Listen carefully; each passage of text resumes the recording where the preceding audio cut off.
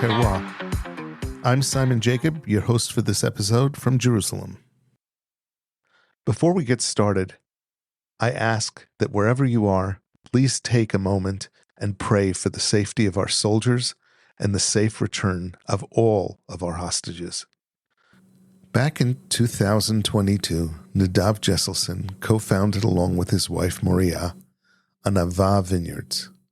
As part of Anava, they also put together a turnkey opportunity for individuals or groups to create and participate in their own Israeli vineyard.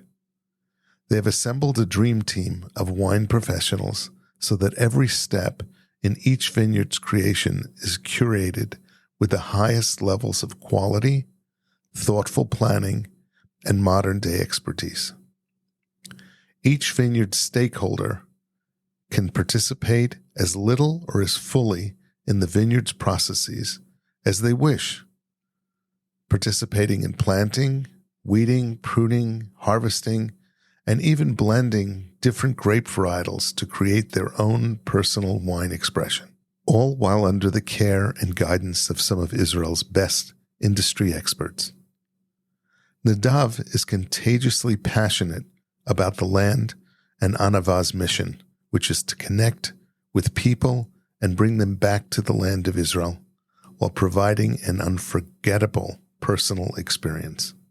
As part of their mission, Anava also hosts many tourist groups of varying ages from around the globe, inviting them to come help in their vineyards and to experience firsthand Anava's beautiful location and terroir.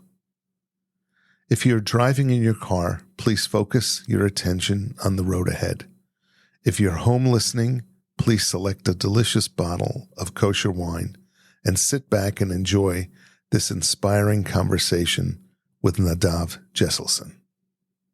Welcome to the Kosher Terroir, Nadav. Where are we? We are at the foothills of the Judean Foothills, מטה יהודה. כן. ממש at the גבול of בעצם עמק האלה. Okay. We are in the only appellation, considered appellation area for growing wine in Israel. We are next to Yatir Marisha, which is a very special Yatir for various reasons I could go into. And Vadi Guvrin, that somebody just told me lately, that he saw in an ancient map. I have to לוודא את זה. Okay. You have to check it out. I have to check that out. That this in ancient maps is shown as נחל אשכול. Wow. נחל אשכול is ממש פרשת השבוע האחרונה, או לפני האחרונה. כן. Where the מרגלים took the אשכול from. Yes. על כן קרא שמו נחל אשכול. The clusters. So I asked actually this year, because I'm dealing with grapes, I said, why נחל אשכול? We know מועצה אזורית אשכול is around Gaza. כן. I don't know any vineyards there. So somebody told me there used to be, there could be, there was chaklaut there. But it makes much more sense that it would be here. But again, that's a good story. Yeah. It's an important saying that as a tour guide, I'm also a tour guide. Yeah. So they say a lot of times, don't ruin a good story with the facts. So I like that story. Nachal Eshkol, I have to check the facts, but still it's a good story. So here we're approaching Eran Gil's vineyard. Okay. Why don't you stand here so you can see mamash, the square, and that we planted it on purpose like this. And I bring everybody to see Eran Gil. Eran Gil's vineyard, which he called fortress. Okay. Because his father always tells him that families are a fortress. So he made a nice sign. I'll show it to you later. We have yet to put it up. We're putting it up in this coming week. But I bring everybody here because there is no other parcel behind it. So you literally see... This is the end of it. Exactly. You literally see the square. And it starts from there to here. It's a 20-meter row VSP. 10 rows, 2.5 meters between each row, which comes to 500 square meters, a half a dunam. At the beginning, when we started, thinking of what we're going to do, so had a lot of people we were discussing with, and then getting etzot, Not advising, consulting, advising. Consulting, getting some advice. Yeah, advice. And they told me, why don't do squares? Because like you see here, there's a lot of empty space between them. Yeah. In order to divide, so you could say this is mine, and I know this isn't. And they told me just do a row. And I said that's not it, because it's the most important thing for us is to mamash give you the feeling, literally, that you have your own vineyard. Yeah. It's like having a garden, but just in a much higher aspect of a vineyard, and making your wine from your vineyard. So these were planted when? Last year. Last year. Okay. June last year. Okay. Because of all the war and everything, I was telling people we planted just this summer. Yeah. And then when I said that one time, it was really hot, and I said we just planted this summer. And I said, wait a second, it's summer now. Yeah. Lost track of time because of the war. The war has totally made everything crazy. Mamash. It's like we haven't designed the vines here like you see yet. It's very interesting because we have designed the other side. We have shown the map, and maybe we could walk. Yeah. We have basically two sides to the Anava Vineyards. Yeah. One is west from the olive grove, and one is the Cabernet here. We have here 14 parcels of Cabernet in what we call the tongue of the woods, the Shonayar, because it goes in. So we have 14 parcels here. We have 7 of Malbec. One of them, 7 Shiraz. One of them belongs to Menachem, who we've sold already 1 Shiraz. Then we have 5 Malbec and 4 Petit Verdot. So a total of 30 parcels to be sold. And so this is what? So I'm gonna get to this. Okay. Besides the private parcels, we have the communal vineyards. Okay. Which we have there 5 dunam of whites, Chenin Blanc, Sauvignon Blanc, and Chardonnay, and 7 dunam of red, Cabernet Franc, Petit Syrah, and Merlot. And they are the communal ones in order to allow blends and to have a safety net if there's a low yield. So you have to take the grapes from there. So total we planted last year 27 dunam. That's what we planted last year. What we're looking at now, Cabernet, the Tzvi parcel named after my grandfather. Each parcel, we have 5 parcels, each one named after someone. This was planted in summer 2021, right before the Shemitah. Okay. And this is a very, very, very, very, very special year for me because it's our Netarevai, first harvest. It's unbelievable. It's very, very emotional for me, very miragesh. Mamash, I walk. One of the things Nir Shacham told in the course I'm doing, he said he started explaining it's like giving birth. And I said I came up to him afterwards. I said you have no idea how I agree with you. Yeah. So I feel we have groups that come here, volunteers. I tell them, did you see my babies? And actually this is the stage where we are now. It's one of the hardest ones because we finished all the handwork, and now you just got to sit back and let nature, Hashem, do the job and hope that it all goes well, because there's nothing to do now. I can't, that's where we are anyways. It's a very interesting stage for me. Yeah, we have a lot of those here, mamash. I just picked up a piece of pottery off the ground that's a handle for what you call it, a handle for a cud. A cud. How do you say cud? An amphora or whatever. Right. Right. So amphora is where they put where they made wines in, right? Where they put it. So it could. I like imagining stuff here because right behind the how do you call them, the oak tree, not oak, the pine tree there, the tall one. Yeah. Right behind that there's a wine press, an ancient wine press. The groups that come here, the volunteers, if we have enough time, I take them up. We go for a little walk. And what I said before about Yar Maresha, what's amazing here that there's a combination here of the planting of kakal, how is it, KKL? JNF also, I think they're called. JNF, which in the 50s, when there wasn't any jobs and 1 million Jews came into the newborn country, they gave them one of the jobs they did. They planted and they brought life back into the land. So here you see you have the original, what's called Choresh Yam Tichoni, Mediterranean woods. Yep. You have the olive trees and the charuv. I always forget, it's like carrot. Carobs. Carobs, you got the carob, the olive, the elatamastic, ela atlantit,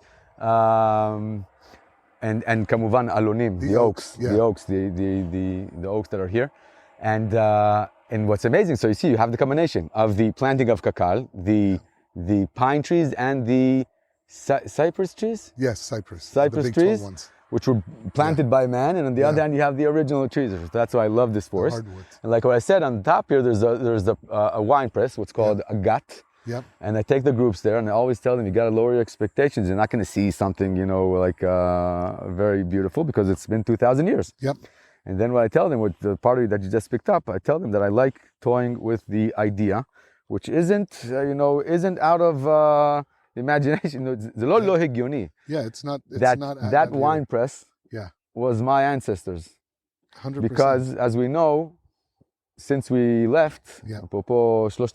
and since we left here, there wasn't any wine growing, because most of the time, since the year 600, when the Muslims conquered the land, yeah. there wasn't any grape growings here because they don't make wine. Yeah, the only grapes are table grapes. Right. Which is crazy. And of course, a wine press couldn't be Muslim. Yeah, no. It wasn't allowed by law. Yeah, there are no wine and there weren't any Jews here since Bar Kokhba. Right. So when I take the groups there, I say, you have to understand, this is us. This is us. And now we're making grapes here also.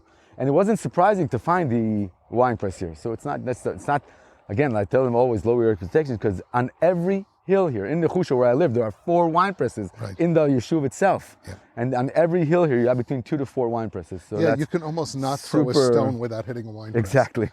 So imagine how many vineyards were around here. Yeah. Somebody had to work it. Everybody had like his own vineyard, his own small vineyard on the terrace.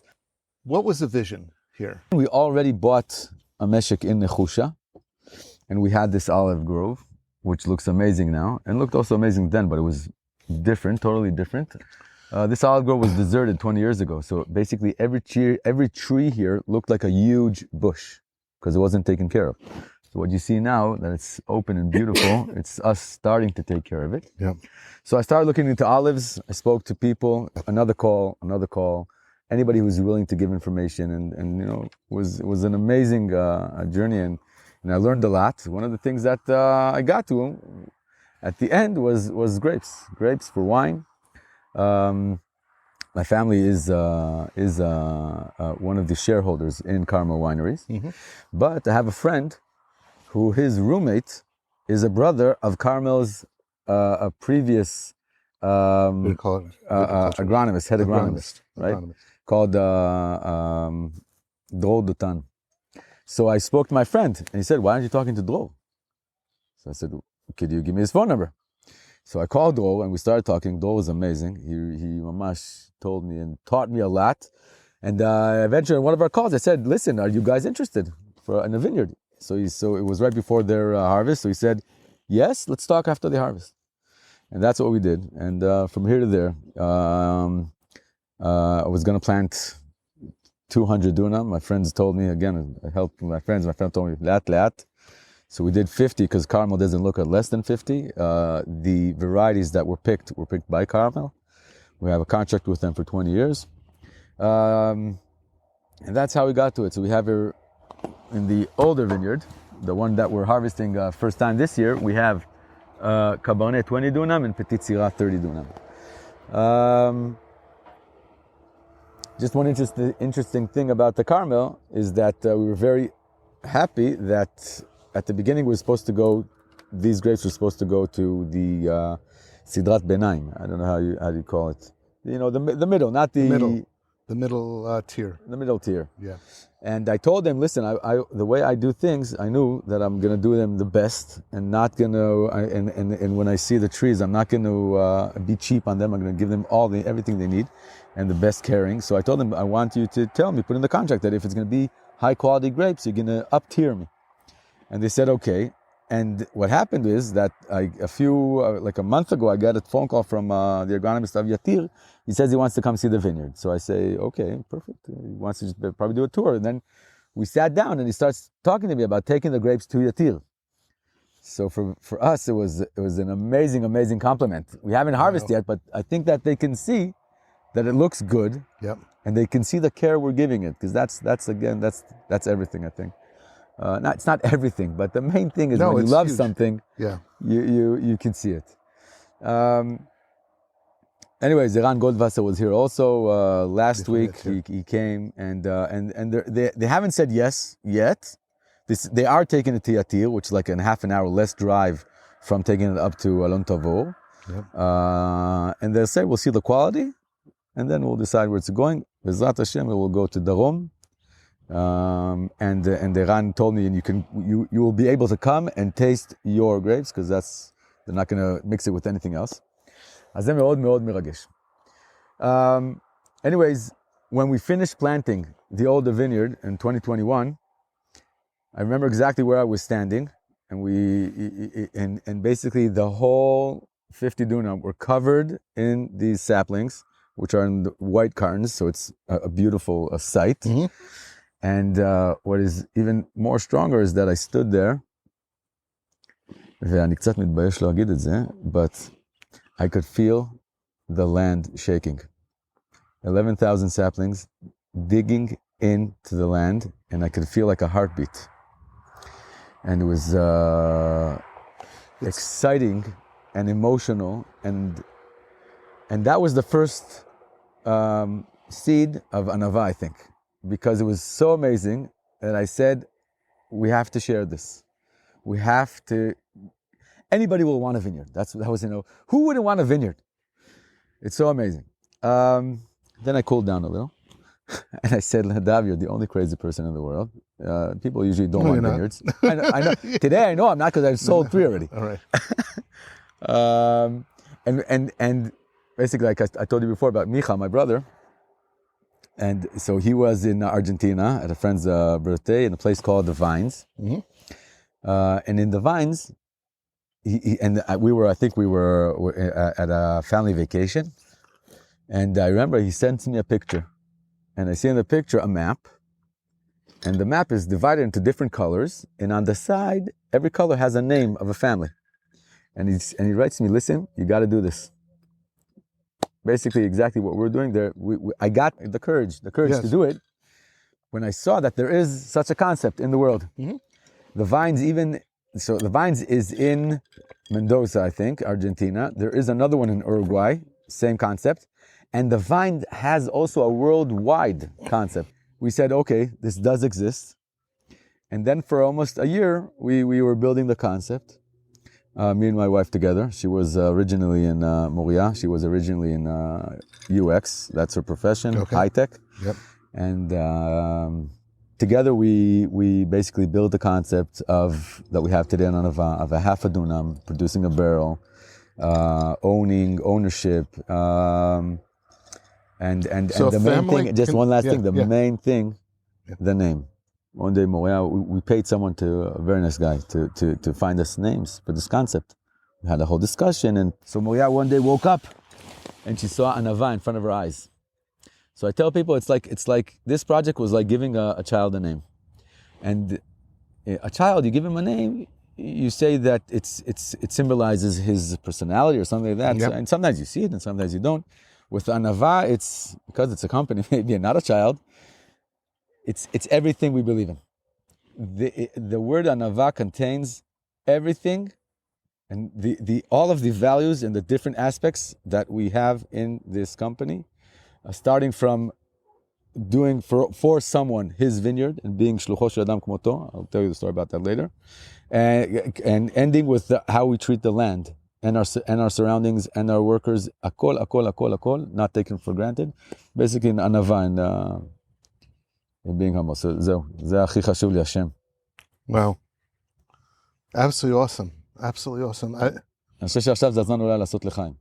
Yes, let's do l'chaim. I just want to say that we're sitting here underneath the pergola, because this is usual to you, but it's not usual to me. And I'd like at least to describe it to the listening audience. We're sitting under this pergola in the middle of olives on one side and grapes on the other. Beautiful Judean hills. And the Chorosh Hayam Tichoni. Yeah, and it's unbelievable. It's beautiful here, and we're about to taste some incredible white wine made by the winemaker here, who's an old friend, Ayal Drori, So, Ayal, L'chaim, חיים Tovim, אייל, Shalom. תודה רבה לך. Baruch atah Adonai Eloheinu melech haolam, borei pri hagafen. אמן, ברוך אתה אדוני אלוהינו מלך העולם ועוד פלך. I really wouldn't have picked another bottle than this one. So it's perfect. ממש. Wow. Wow. One of the questions I'm going to ask you is, what about blends? Because people are growing their own vineyard, but can they do blends? And is there an opportunity to do blends? So talk to me about it. Absolutely. And I'll tell you why. So absolutely. It's like, so I'll say it again. We have 30 parcels, Yep. total of 15 dunam, each parcel half a dunam. And those are the private parcels. In those private parcels and half a dunam, there is absolutely no sense to do two varieties. Maybe, but it was too much. What we did is, we said you have your own variety, your favorite variety. So we have 14 of Cabernet, like I said, Yeah. 14 Cabernet, 7 Shiraz, 5 Malbec, 4 Petit Verdot, all, by the way, done together with the Yal. I didn't say before, I came from the business world and I didn't like to drink wine until I started understanding, until wine swept me off my legs. You know, I'm enchanted by wine today. Totally. And I have a whole lecture, not just whole ideas about wine. We could talk about that later because I want to get back also to the kosher because I'm very curious about that. Anyways, beside the private parcels, we planted another 3 varieties of Cabernet Franc, Petit Syrah, and Merlot in order to do blends. And you won't only do the blends from that, you could do the blends from everything. Because if AP Partners, private equity firm, very good friends that bought a parcel, they have Cabernet. And if they want to blend their Cabernet with Menachem's Shiraz, I don't know, they want to put a little bit in there, so they'll swap. Because if you take some of your grapes from the communal vineyard, from the Cabernet Franc, no, whatever's left from yours, we're going to take for something else. It's going to be challenging. Our winery is going to be a very challenging and fun process because we're talking about 30 different fermentations and 30 different blends, and everyone you have to calculate it. And I trust Eyal, by the way, he's not going to be. He's not going to be the land. Yeah, of course, he's not going to be the foots on the boots on the ground there. Right. But he is going to be the visionary, and he's going to be the Mara Deatra, you could call it, to teach us how and how to do it in the best way. By the way, if somebody wants a variety that we don't have, we will try to get it, to buy it from elsewhere. It's lo asur. It doesn't have to be 100%. No. Perfect. We are meod oriented to what your vision, what you want for your wine. Having Ayal there, and being in the Judean Hills, the foothills now, and that's actually the most desirable of the Judean plots. All of the wineries are now trying to move back into the lower Judean Hills, the foothills, because that's the interesting. When I went up to Nir Shacham and the course I'm doing, so I introduced myself and I said we spoke 4 years ago, because I was looking I was looking for a winery that wants to buy grapes and I'll plant a vineyard for them. And he told me, okay, and what happened? I said, you said it's too low. He said, what?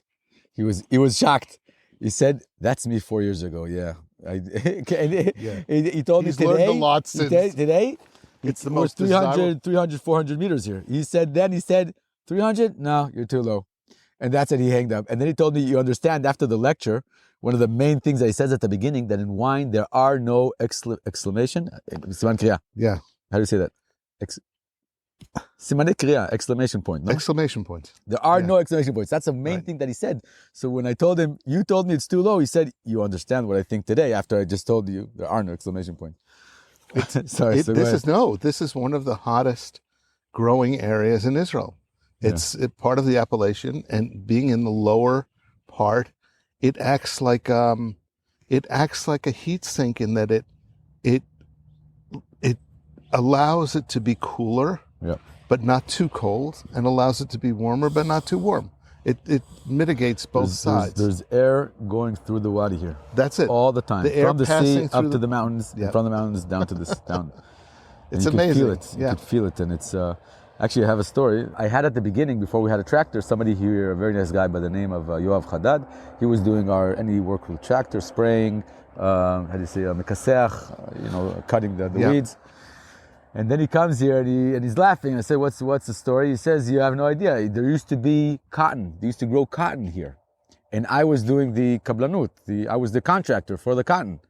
And he says to me, you don't understand what happened here. One day, they were spraying by airplane. Yep. And the pilot calls him and tells him, I'm not coming back. He said, what happened? He said, you have no idea. I was going on the Wadi and he got into an air current. And he couldn't pull up. And it took the plane where it wanted it to go. He let the spray down. He dropped everything. So he said he hit the tops of the trees in the woods. Yeah. So I said, I love that story because it gives me the understanding that there is something very special here with the air going into the Wadi and going up to Hebron. So when you go up to Hebron, you literally feel like you're going between two. You're going like you're going up, and the hills are growing and growing from your sides. From each side, right. But you were talking about the blend, something. So the reason why I was asking about the blend is because one of the most incredible experiences I ever had in my life was especially with wine, was SOB, the first blend in 2017. This was already 2018, 2019. We were blending it.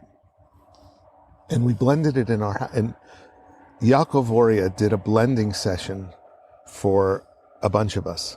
Some people flew in from London, some people were here from America, and all of us were together. There's like 20 of us. Mm-hmm. And he took us through blending, tasting each of the varietals, and then putting them together into a blend. We sat and we did this blend. And we tasted each of the varietals, and they were delicious. Each varietal was delicious. And then we mixed 50% of two of the varietals. And it was, wow, it was better. Wow. And not only was it better, you could taste things like complexity. And then we blended 3 together and tasted it, and 4 together and tasted it. And each time we blended, we added another layer. And it was just one of the most incredible experiences I've ever had in tasting wine. Until then, it was like you're tasting wine, and wines are different. But this really showed me like what the difference was between complexity and that this tasted good by itself, but when you blended it with this and that, all of a sudden it added levels of complexity and levels of depth and flavors, and it was just amazing. It was an incredible experience. Amazing. So if there's a way for you to do something like that with the people that are here, and to have Ayal blend something together, and for them to taste it, it's a different experience. It's a totally different experience. There's just a word about the beginning of the process of somebody who comes to buy a membership in Anava and own a vineyard. The first discussion you have is with Eyal.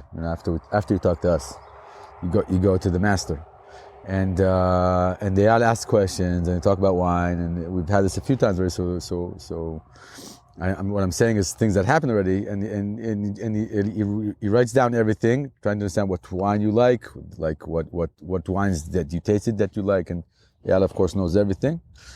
And what we're planning on doing before the harvest 2026 and making the wine is Eyal will pick a few wines in accordance with the first discussion. Yep. And we're going to do tasting. Yep. We'll do tasting in order to see exactly what you just described. What you described is a different one varietal every time, and then adding. That's amazing. Hopefully we'll get to that too. But even the one varietal, We could when you do actually comparisons, actually we will get to that. In the winery, we'll have everything separate. already. So we will Yeah. Zat Hashem build a very beautiful winery, and we'll have it all in there. We're in the process now. So what are you doing for wineries? We're in the process of building a winery. We're Ramash at the beginning.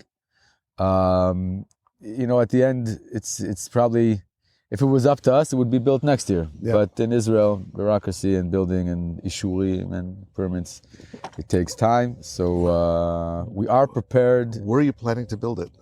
So we have two options. One is in Nechusha, where I live. Okay. There is in Matei Yehuda specific areas to build that are zoned for wineries. Yeah. And our preferred area is in Kfar Zoharim. I'll tell you about Kfar Zoharim because it is interesting. The Zoharim village is a youth village, Kfar Noar, for Haredi kids who are kicked out of their homes. Wow.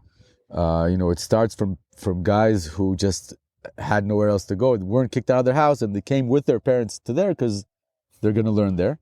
And on the other side, you have guys who literally were picked from the streets. We have one that was working here. I'm not going to say his name. I don't know if he wants to be told, but that he was living in some basement in Yerushalayim for I think for almost a year, living off of whatever he could get his hands on when he was 13. Wow. Crazy story. And today he has his degree, the Bagrut. He's done army, and he's, blooming, and he's amazing. So Kfar Zoharim is a place where we speak very highly of and work with. Like I told you before, there's a small meshech in Jerusalem, in a very interesting place. It's within the city limits of Jerusalem, that you could build a small winery, not a huge winery. Where? It's like 2 dunams. And the winery that you have a permit to build in Matei Yehuda is 300 meters. Okay. So what I'm telling you is it's got a place for a winery in the middle of an agricultural zone. Where is this? It's just outside of Jerusalem. It's in Jerusalem proper. It's the other side of I'll tell you exactly. I'll give you exactly the details. Mm-hmm. You can take a look. Okay. It's interesting. The truth is I want it here. I know. And that's why I want Kfar Zoharim more than Nechusha, because Kfar Zoharim is right here. And it's also going to be together with the Kfar. It's better to be really close to, it's better exactly. to be as close and to it's going to be together with them. And we like I said before,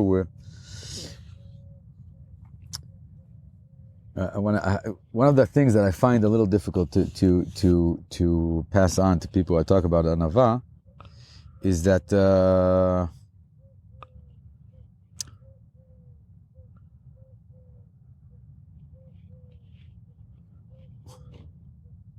one of the legs of Anava is education, really strong.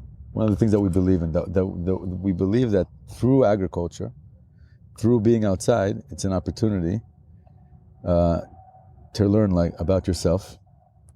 And that's why we encourage groups to come. We had a lot of groups lately. I was going to ask you about that because I saw the groups coming, and I was going to say, what's the kesher? What are you doing with these groups? We're working with them. We're letting them work, and we talk to them. So what I'm trying to say is, Anava started by let's sell vineyards and give people the amazing experience. But it was driven into trying to have a much wider impact than just a family, which is amazing. A family owning a vineyard in Israel, making its own wine together with the whole process with the Eyal in the winery and everything. That is amazing. But we want to have it. I want to have a larger impact, and we want these people, the members of Anava, to be part of it. So, basically, what happens is, number one, our workers are youth, only youth. You said Regavim before, so Regavim is also a school. Yes, you know it. Yeah. You know of it. Mm-hmm. So there's a new one that was opened in Gush Etzion, Kfar Etzion, for girls. We had a special team of between 10 to 15 girls. Every morning, 6 in the morning they were here. 11, they finish, they go back to school to learn. And we had such an amazing connection with them. And we were the only farmers that had a kavua, a fixed worker. A fixed group of girls. They knew the job. They came here. They were connected. We had a very exciting. At the end, we had a very exciting a speech with them, and we talk with them, and they're going to be here also next year. And we go through a whole process with them. So that's our regular workers. Other than that, we also work a lot with the Shomer Chadash. They were our main workers before Regavim was here, and today they help us out here and there. Other than that, we really try to get groups of volunteers. And when I say we really try to get groups of volunteers, it's not because I need the job. The job they do is very important and it's very good. But it's what it does for them. Exactly. I think that a conventional, the regular farmers. Actually, I spoke to one of the oldest farmers in the area. The oldest viticultures from Givati Shower in the area. He, meanwhile, passed away a few years, like 1 year ago, 2 years ago. And I remember he came here. It was such a kavod for me that he came. And he sits there, and I told him about Anava, and he looks at me and he says, "Why do you want to deal with people?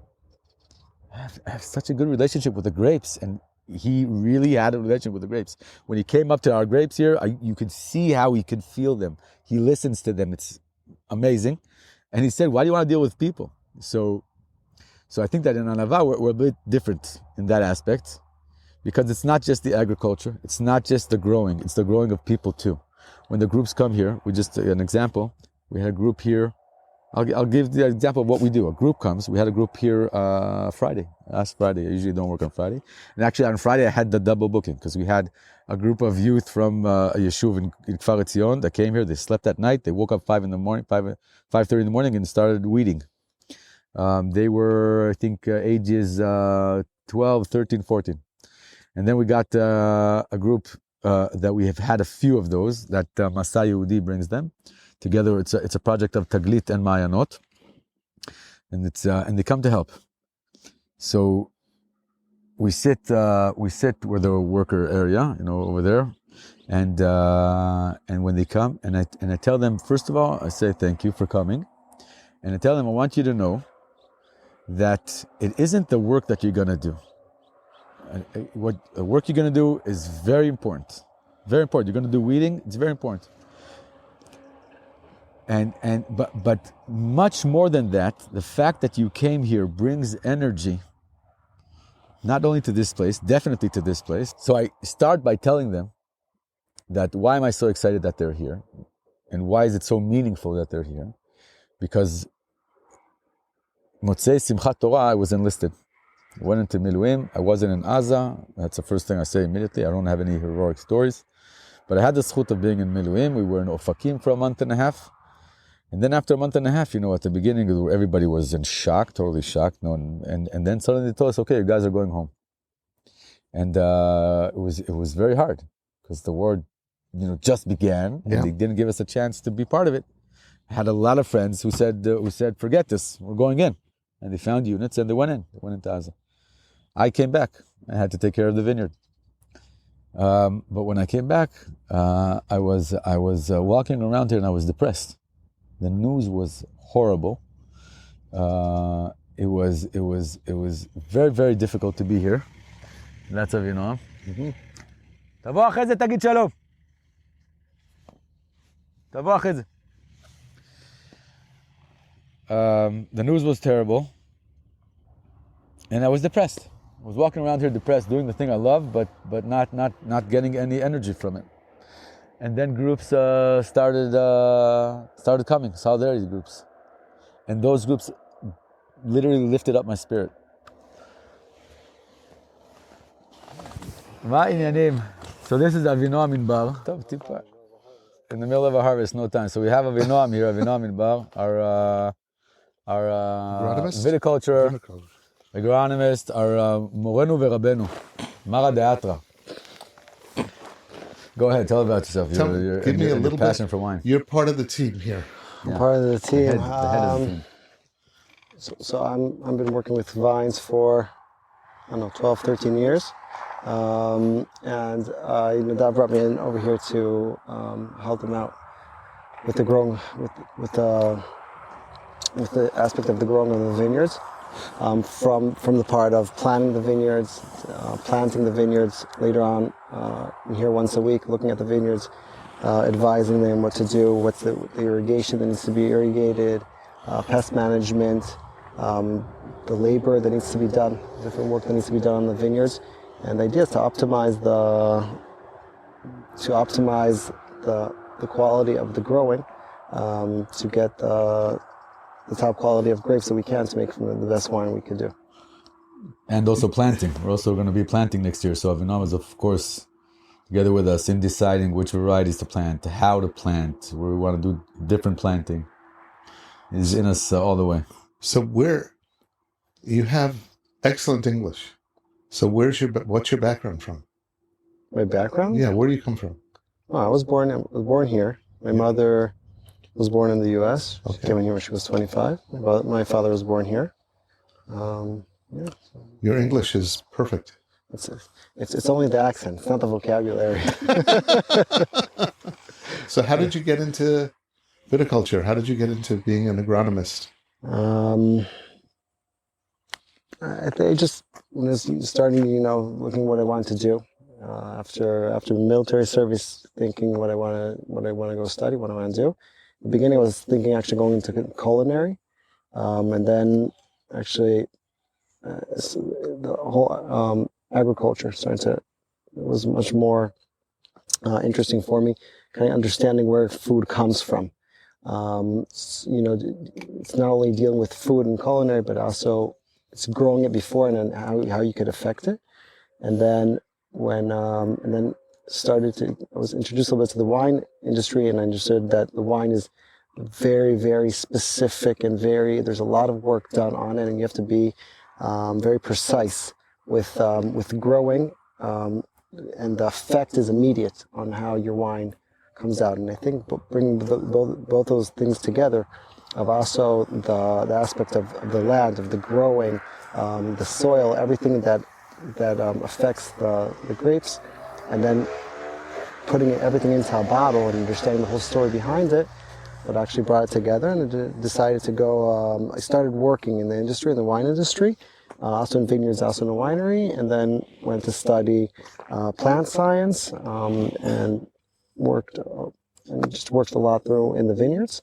So today I'm an agronomist, but I deal only with vines. Where did you work before? Are there other vineyards that you've worked in that I know of? I was 7 years. I mean, right now today I'm 2 years. I have my own company that what I do is advice for vineyards, and we do a lot of work in the vineyards with workers, and so 2,000 dunams under his eyes. in different kind of ways. And then, so let's say today we are harvesting in 2 different locations. One over here in the Anava Valley for Flam Winery. There's about 25 workers out there harvesting Chardonnay today. And then there's another team that's harvesting today for Castel. And so this is what I've been doing the past 2 years. And then before that I was 7 years, I was an agronomist in growing the vines for Castel Winery. Is it right to say that the wines that we're drinking today from Castel are wines that you either planted or took care of? Everything was under my hands. And beforehand I did a lot of, also studied in university, and a lot of different, it was research work that I did. I worked on grape harvesters, just a lot of different working around the grapes. There was a young man who used to work in Castel, Sam Baum. So He speaks very highly of you. He speaks very highly of you. He's really a special guy. He worked with you? Sam worked with me for 3 years. 3 years worked together. He's a very, very close friend, one of the best workers I had. Amazing. Drank his wine last week. Yeah. His wine is really special. He's moving up north. This week. Yeah. Sam makes wine? Yes. Sam makes wine. It's called Baum Family Winery. Amazing. Thank you. Pleasure to meet you. Okay. Interesting member of the team. Yeah, mamash. So that's our. Like I said at the beginning, when we want to make the best, we want to do the best. So if he's doing that for Kestel and doing that for Flam, you've got the best. Exactly. So we got Avinoam in the growing, and we got Eyal in the making. That's our goal. He's literally one of the most creative winemakers in Israel at the moment. Who's your target audience for this? Who would you ideally like to be directed towards you? The main target is people who love Israel and love wine.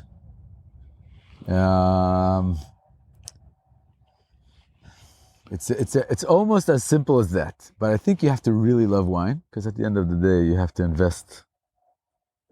You have to invest in it, invest money, not work. Yeah. We're doing all the work from the beginning till the end. You do as much as you want to. I think something else you need to add to that list. Family. This is something to come to with your kids and your grandkids, and to give them a connection. I think. No. The word first of all, I'll maybe I'll add to that a little. Okay. Because when people ask what do we want to do, there's two words that come to mind, and I mentioned them throughout the discussion, but I'll just put them out there now. And it's sharing and connecting. Sharing, I said that's what I felt when we finished planting. I said we want to share this opportunity. At the end of the day, we don't take it for granted, the fact that we can work this land and that we have access to it and that we have the tools to do it. So we are privileged to share it with others. And the second thing, which I think is, it's almost everything at the end, is connecting. And when you said family, so I'm trying to think, why does family, what does family have to do with this? And there's two words here. There's home, because when you buy a vineyard here, for me, when you're a member in Anava, for me this is a home for you. This amazing nature we're sitting in, this agriculture we're surrounded by, it's yours. It's your home when you're a member in Anava. And therefore, like, I agree with what you said. If you have a family, you want your family to be here. Menachem, one of our first member and owner, he's going to have his daughter's Sheva Brachot here. So for me, that's very exciting, because it's the first one who's going to have a simcha of his family here. And when we say connecting, I'm thinking about when we were starting to think about Anava, what was missing for me at just selling the grapes was connecting with people, connecting with families, connecting with their stories.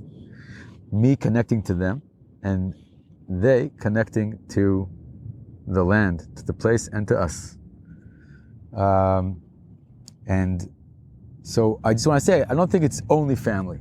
Okay. You could also have friends. Yeah. For instance, one of our second member owner, AP Partners, successful private equity from Tel Aviv. One of the partners was my mentor in Ernst & Young, and I actually came to him to advise, to get his advice on the model, on the financial model. And he told it to his partner, Eyal Chevoni, and they loved it, and they said, we're in. I was shocked. I thought they were joking at the beginning. At the end of the day, they have a vineyard here. They came here with their families. But, for them, it's to share. It's to share. It's still family. But it's also their the company's their own. It's also their investors. So it's family in a much how do you say, a broader sense. Another thing that amazes me, like I said before, about connecting, and why I'm so privileged and happy to be in this specific agriculture, is because when you talk about connecting, wine is all about connecting. And when I talk to the groups about wine, tell them wine connects you to three things. And again, I'm thinking when I talk to other people, so it's probably a chidush for them. It's something new, but I'm talking here. But you can. In the wine terroir. Yeah. Wine has the ability to connect, and to connect mainly to three things. One, it connects you to yourself, and that we know from the saying of Nichnas yain yatsa sod. Yeah. Wine comes in, the secrets come out. Wine peels certain masks or layers off of you, and reveals your inner self. So it connects yourself to yourself. The other thing, wine connects you to people. So we were talking about the kosher thing about wine, and again, I want to, if we could talk about that a little bit more later. But in kosher, they told you can't drink with somebody who's not Jewish, and just that teaches me you could drink whiskey with your neighbor in the Spera.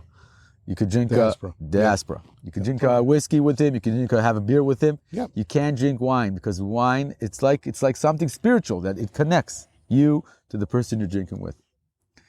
And the third thing, of course, it connects you to the terroir, to the land, because the Cabernet that you tasted here is different than the Cabernet you're going to taste in the Galil or in the Golan. So it brings you to the area specifically. It brings the taste to you. So again, it's all connected. Anava wants to connect to people, and we're dealing with wine that is all about connection. So that's the story about that. You know, when you're talking about bringing groups here, it's about them seeing the place, but also the grapes talking to them. That's what I tell them. The grapes talk to them. And you can't have the grapes talk to you unless you come. And when you see it, then it's another story. First of all, I think that if somebody comes here and gets his hand dirty, gets on his knees to weed, which is the hardest work, it's the most less satisfying, even though we do it a little satisfying because they work with clippers. So I want it to be an experience. But I tell them that a half an hour here is much more than a whole semester of somebody who would teach you Avat Haaretz and everything that Zionism believes in, which is not only Haaretz, it's also people. It's Tikkun Olam at the end. At the end, Herzl, which his yahrzeit was 2 days ago. Yeah. He said that we have to come here and build a Chevrat Mufet. Amazing. Okay. Like amazing. Yeah, an amazing Chevra. But not only amazing, we're so awesome. Amazing Mufet means, when you say Mufet, you mean it outwards. Right. So people look up to you. Yes, 100%. Like Jordan Peterson lately came to Israel. I didn't know he came. So he came. There was a whole thing with Shapiro. What's his name? Dan Shapiro. Dan Shapiro. Not and Arav Sherki was there also. Okay. And somebody that was there told me, actually, his Yad Yemino Shel Eyal, Hanan, have you met him? Ken, yeah, sure. Amazing guy. He was there in the Kenneth because of Jordan Peterson. He wanted to hear him. And Jordan Peterson said, "You are the city on the hill." There's an expression like that. Yes. He's standing there in front of the Jewish people, and he's saying, "You are the city on the hill." Right. So that's Chevrat Mofet. Okay. So I really... Awesome from what you cause other people. Yeah. Other people are in awe of you. Exactly. Not because that, and I tell people, it's not, in America, especially in New York, they go like, we're the chosen people and what have you. Hold on a second, fella. You're not chosen because you're hot stuff. You're chosen as far as responsibility. That's what you're chosen for. That's a famous Spider-Man, no? Yeah. With great powers come great responsibility. Mamash.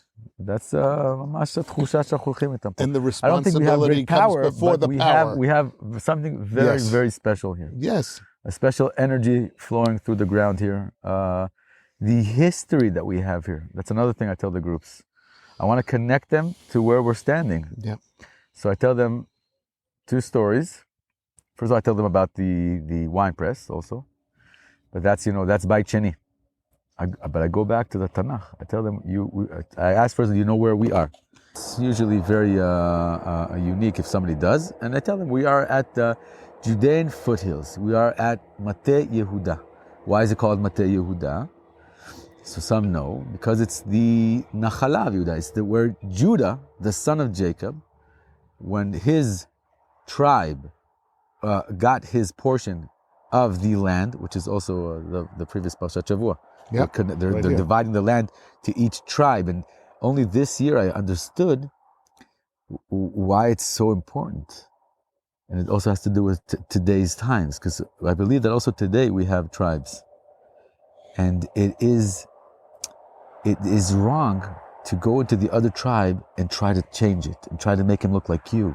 Because each tribe has its uniqueness, and it has to be, to stay with its uniqueness, and from there to have Shlom Bayit and to do the Ichud.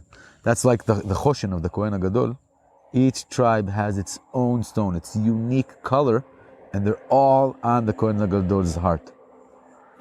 Okay, that's a sign off. Anyways, we're in the Mate Yehuda. Yep. And it's Judah's area where he got for his tribe. And when Jacob, when he's about to pass away in Egypt, he calls in all his sons and he gives each one a blessing. And the blessing has to do with his unique powers and the unique geographical area where he is going to live. And what's amazing is that Yehuda gets the blessing of wine. He says to him in Parshat Vayechi, he says to him, Osri lagefen iro, velasoreka beni atono, kibes bayain suto, chachlili enai miyain. Those are the words about wine, which I swooped out from different things he said. For one of the, another thing he said is, right, he says, Gur aryeh Yehuda, miteref beni alita kara, shachav kari, uchelavim yekimenu. Or that's Bilam. Anyways, Osri lagefen iro, you are going to tie the ayr, the donkey, to the vine, because the vine is going to be so thick, the trunk of the vine is going to be so thick, you're going to be able to tie the donkey who is going to run away.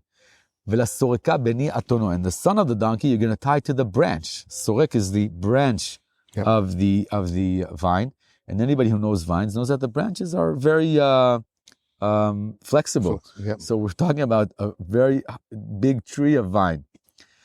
Kibes bayain suto, you're going to do your laundry in wine. There's going to be so much wine in the Judean area. You're going to be do your laundry in wine. We have to think about that. Why are you going to do your laundry in wine? And v'chachlili enai miyain. Your eyes, ha'enaim, are going to be, chachlili is red from the wine. So much wine you're going to be drinking. Mm-hmm. And today, and I think I look at the group's faces when I say that, and it's so strong because I say, and then look behind you. We are reliving or living or bringing to life, or we are fulfilling the blessing of Yaakov. He sees us. Yaakov, 4,000 years ago, saw us. Sees us here. And when you drive around Emek HaElah today and the Judean hills and foothills, it is unbelievable the amount of vineyards that are being planted here. And we are part of it. And that's amazing for us. Iran Pick said to me something that really brought it all together. He said that in 1990, there were orchards in the Judean hills. It was all orchards. What's orchards? Orchards are apples and cherries and what have you. There were no grapes, almost zero grapes. Now, 98% of the agriculture in the Judean hills is wine. Unbelievable. Vines. 98% in 30 years. 98%. Now, the thing that's interesting is that, you'd say, wow, that's amazing, but all we're doing is restoring what was here. All we're doing is fulfilling the bracha of Yaakov. 100%. It's as if we'd have no choice. That's the bracha Yaakov gave. Who's fulfilling who? Yeah. Yaakov gave the bracha. It's done. Yeah. He sees the history. That's where it's going. 100%. זה מאוד מרגש. When I say it to the groups, that's, again, we want to connect. So I want to connect also to history. So I tell them, this is the bracha Jacob gave, and this is where we are. And then I continue to tell them the stories of the area, what happened here. So we are on Route 35, which is an ancient route. Of course, almost all the main routes in Israel are ancient. Right. We haven't invented them in 48. Yeah. And this route is the route that connected Hebron to Gaza. Right. And then I tell them the story about Shimshon HaGibor, who was in Gaza, and it's very actuali. Yeah. How do you say it? Real. It's very real for today. Right. Samson the Great was in Gaza. Yeah. I always censor it. I don't say what he was doing there.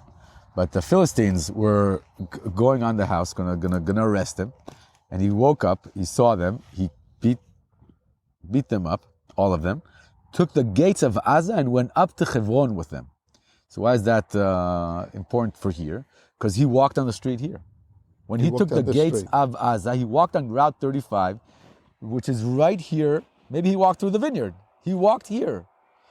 And David HaMelech in Adulam, in Tsiklag, which is near Gat, in Gat, where he was arrested. David HaMelech is walking around the vineyard here in this area all the time. So it's important for me to tell them, and now you are here. We are reliving. We are not reliving. We are the continuing experience. Continuity. Continuity of the Bible. I'm careful not to say we're not the new Bible. I don't want to hear like the New Testament. Right. But I'm telling you, you are the feet of these people. Now it's you. It's the Bible is continuing in you, and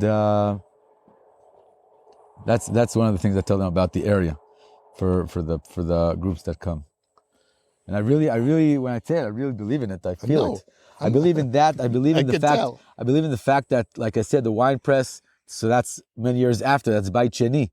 And I say my ancestors had a vineyard here, and ממש זה לחיות את connection to the history באופן מאוחד וחזק. You know, and sometimes when I talk, I feel like I'm crazy, but I'm fine with it. You're crazy. You're passionate. Yeah. And how can you not be? נכון, ממש, ממש. How can you not be? There's another prophecy that I just learned in Zayin B'Tammuz. Yeah. It's not one prophecy. There's a lot of prophecies about Odit'u Kramim בהרי שומרון, דווקא they say in הרי שומרון. But it's about being, גם בהרי יהודה there's a prophecy. A lot of the prophets talked about the fact that in the future they're going to be planting vineyards. Yeah. And you have to ask yourself, why vineyards? Maybe talk about wheat, talk about the basic things. But they're saying we're not going to be only in the basic. We're going to be partying. There's going to be such they're looking into the simcha that the wine symbols, the simcha. And also they're saying the bracha. The life is going to be with the simcha. Also the bracha. You can't do anything without wine. נכון. You can't get married. You can't have a brit. You can't do anything without wine. All of our life is surrounded by it. And we're the people who do that. So I think it is important to say also about our times, which are unbelievable, and I get that. It is important for me also to say and to mention that everything I believe in, I think I've gotten from my parents, from their aliyah. I always tell them thank you for making aliyah for me, and the love for the land that they inherited in me. And my mother talks about the amazing times we are in all the time. Unbelievable. She's הזכות של לגור בירושלים and everything. Yeah, it is important to mention. בסוף, גם אנחנו בשלושת השבועות. Also in the חתונה, we always break a cup to remember. And I'm telling you, also in last Yom HaAtzmaut, we sat here, we were drinking wine, תחת גפנו. There's going to be tenim here, we're going to plant. We have tenim actually here and there. תחת גפנו ותחת תאנתו, גאולה ממש. But 40 kilometers from here, there's the Gehenom, Galut.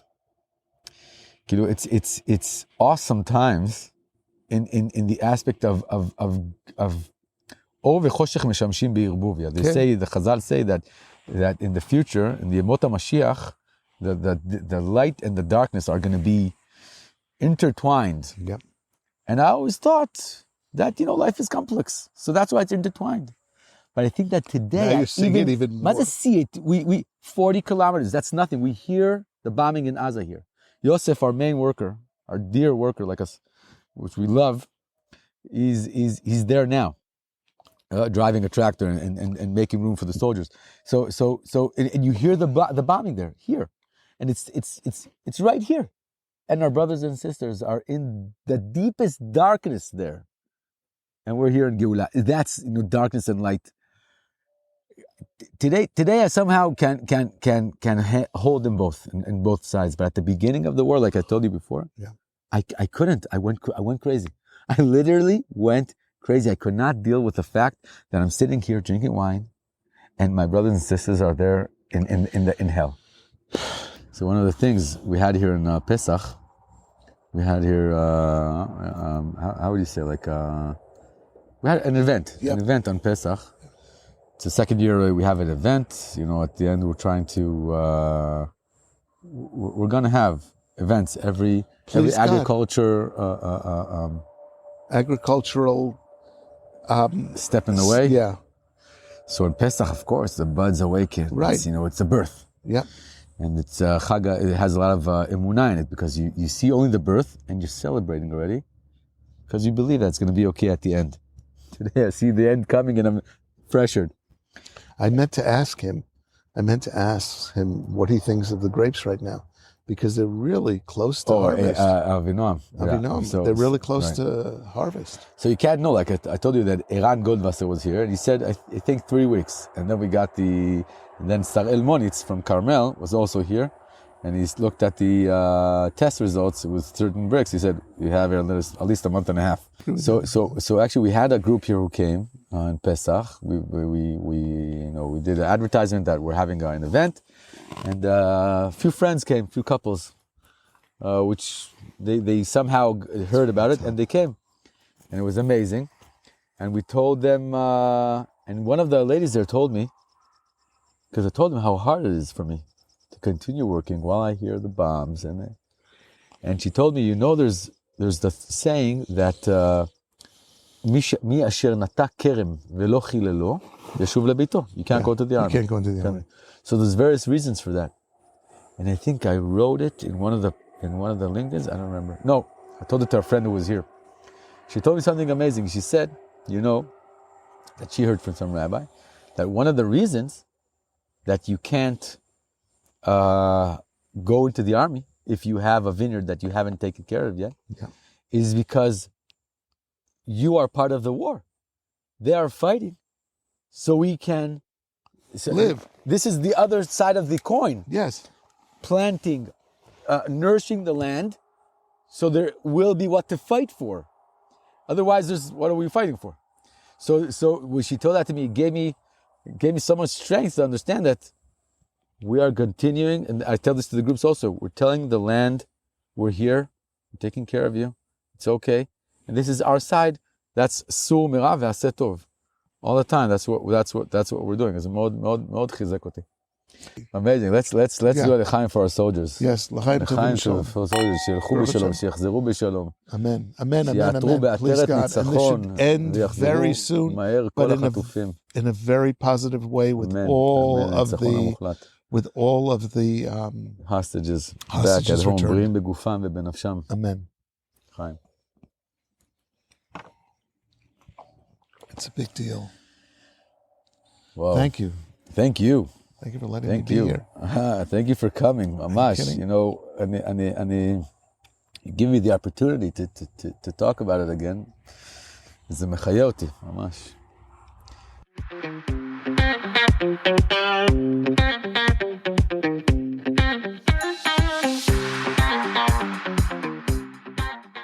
This is Simon Jacob again, your host of today's episode of the Kosher Terroir. I have a personal request. No matter where you are or where you live, please take a moment to pray for our soldiers' safety and the safe and rapid return of our hostages.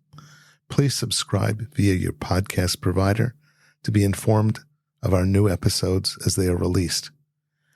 If you're new to the Kosher Terroir, please check out our many past episodes. And thank you for listening to the Kosher Terroir.